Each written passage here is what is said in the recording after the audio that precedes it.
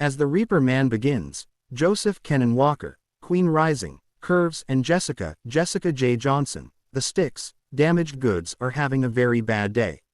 First, they find out that they've been approved for a home loan, only to find out minutes later that a better offer, one they can't match, has been made on the property.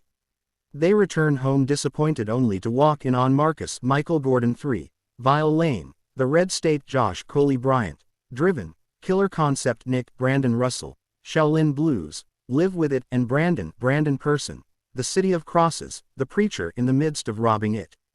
In the ensuing panic, Joseph is killed and Jessica is injured. In the days following the killing, detectives Casey K.J.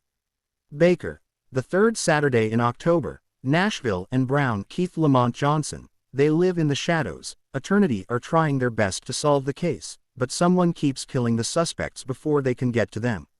Someone who looks a lot like Joseph. The press release for The Reaper Man refers to it as Candyman meets JD's Revenge.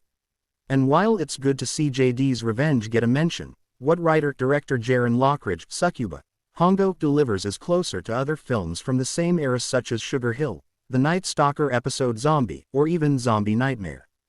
Because, as you may have guessed, Jessica has visited a voodoo priestess named Sheba Tarsha Gibson, one man's bed, close caption, to bring Joseph back. But, as is usually the case, what has come back isn't the man she lost. He's now a soulless entity bent on revenge, complete with creepy contact lenses, an impossibly deep voice and a bloodlust that drives him to kill not just the gang, but their entire families. For a low-budget film shot guerrilla style, The Reaper Man looks and sounds good. Along with his other roles, Lockridge was the film's cinematographer and just about everything else. He only had enough funds to hire a makeup person and a producer, and he does a solid, if unspectacular, job of capturing what's going on. Unfortunately, due to The Reaper Man's low budget, there's not really a lot to capture. The body count is relatively low and relies on somewhat effective scenes of Joseph stalking his prey, and killings that frequently happen off-screen are just out of the camera's range, which is to be expected with a film like this. The real problem is the script doesn't do anything new with the plot to help detract from the lack of action. There's lots of dialogue, but little of it is interesting or compelling. And if you're going to revisit a plot that is as well used as this, you need to have something to set yourself apart from the crowd. Either that or do an exceptional job of retelling the story. Instead, The Reaper Man undercuts itself and reveals a couple of things before they should have been, spoiling the chance to build suspense and make their revelation more effective.